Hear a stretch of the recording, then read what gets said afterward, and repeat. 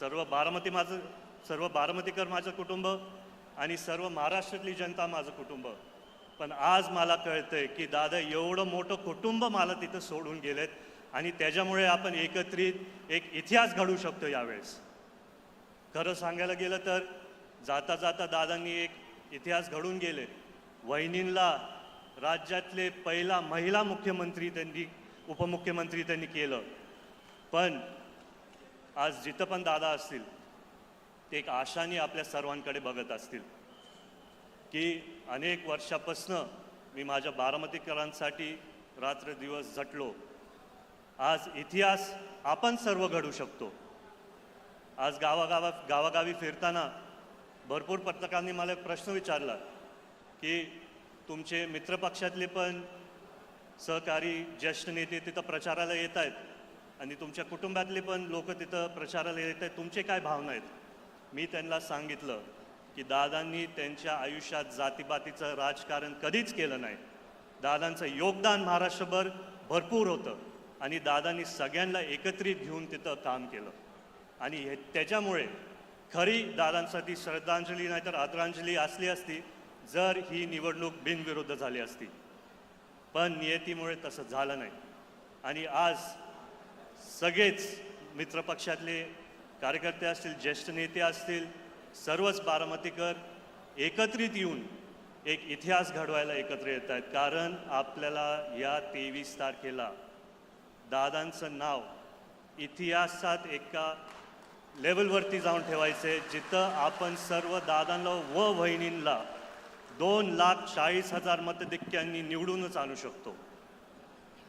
वहिनींना मी प्रश्न विचारला की तुमच्या मनावरती एवढं डोंगरासारखं दुःख असून तुम्ही हा पुढाकार कसा घेतला?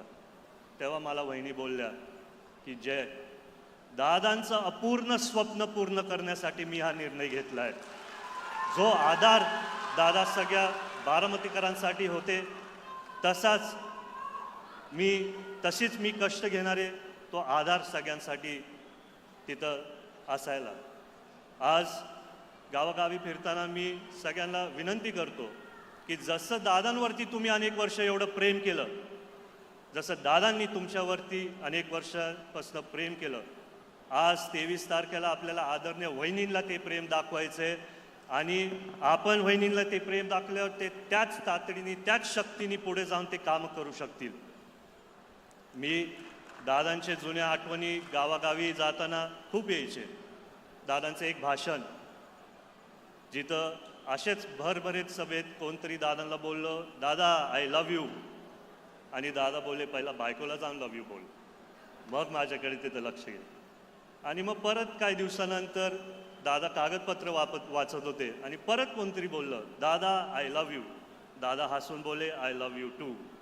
आणि आज मी दादांचा उल्लेख करणारे तुमच्या सर्वांसाठी सर्व बारामतीकर आय लव्ह यू टू.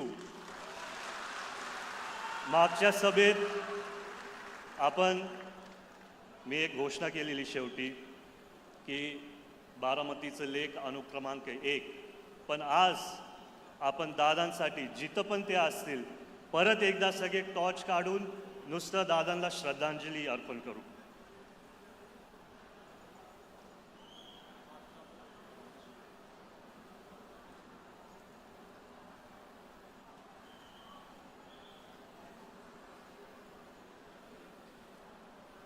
एवढं प्रेम दादा जिथं पण असतील त्यांचं पण मन भरून येईल. आज आपण सर्व इथं आला, माझे 2 शब्द ऐकले. जय हिंद, जय महाराष्ट्र, जय राष्ट्रवादी. धन्यवाद दादा. जय दादा यांनी सांगितलं की आदरणीय दादा इतिहास घडवून गेले आणि आदरणीय वहिनींच्या माध्यमातून आपण नवा इतिहास घडवण्यासाठी सज्ज होऊया हा आशावाद दादांनी व्यक्त केलेला आहे. साऊंड सिस्टीमच्या लोकांनी लक्ष द्या. स्टेजवर चांगला आवाज येत नाही. मॉनिटरचा आवाज वाढवा स्टेजवरच्या सगळ्या.